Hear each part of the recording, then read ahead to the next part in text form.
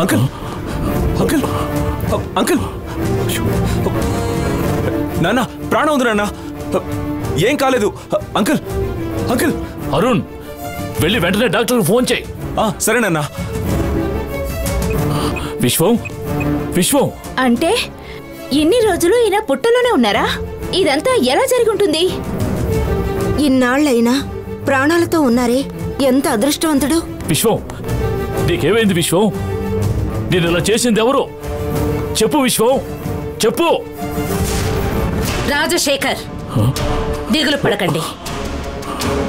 విశ్వం కళ్ళు తెరిస్తే అతనికి పరిస్థితి తెచ్చింది ఎవరన్న నిజం తెలుస్తుంది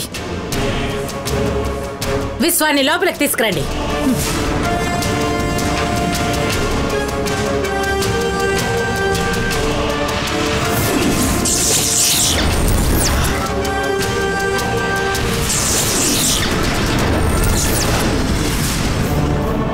కళ్ళు తెరిస్తేనే కదా జరిగింది చెప్పేది ఇతన్ని స్పృహ తప్పించాను ఎలా చెప్తాడు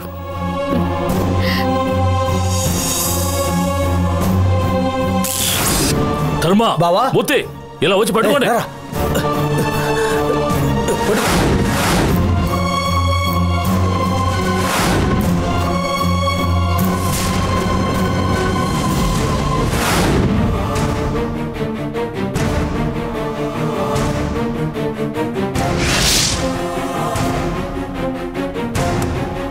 ఏం డాక్టర్ ఎంతసేపు అయినా కళ్ళు తెరవలేదు ప్రాణాలకేం ప్రమాదం లేదుగా ప్రాణం మాత్రమే ఉంది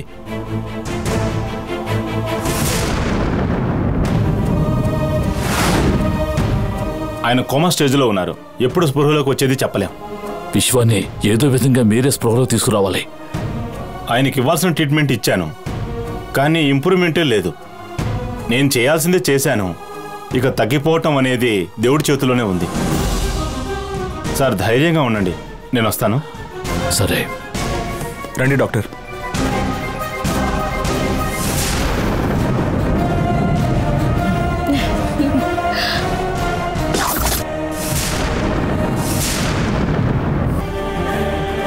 మాధవి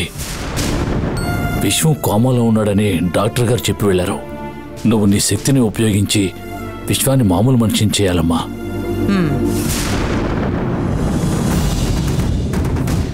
ఓం నమః శివాయ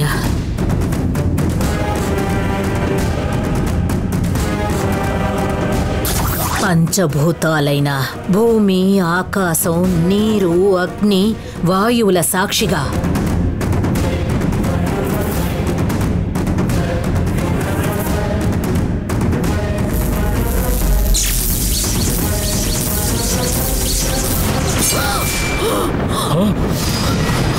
ఏమైంది మాధవి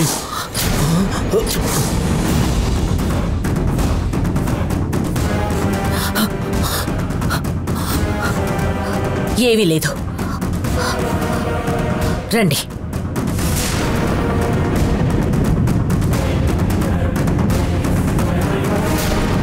ఏమిటి మాధవి ఆ నందిని విశ్వాన్ని వశీకరణ చేసి తన ఆధీనంలో ఉంచుకుంది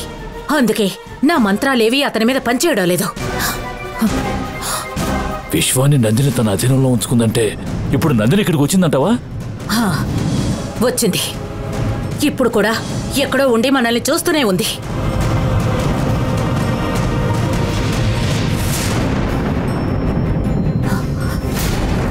నేను వెంటనే ఇంటికి వెళ్లి ప్రత్యేక పూజ చేసి ఆ నందినిని కనిపెట్టడానికి వేరే మార్గం ఏదైనా ఉందేమోనని ప్రయత్నిస్తా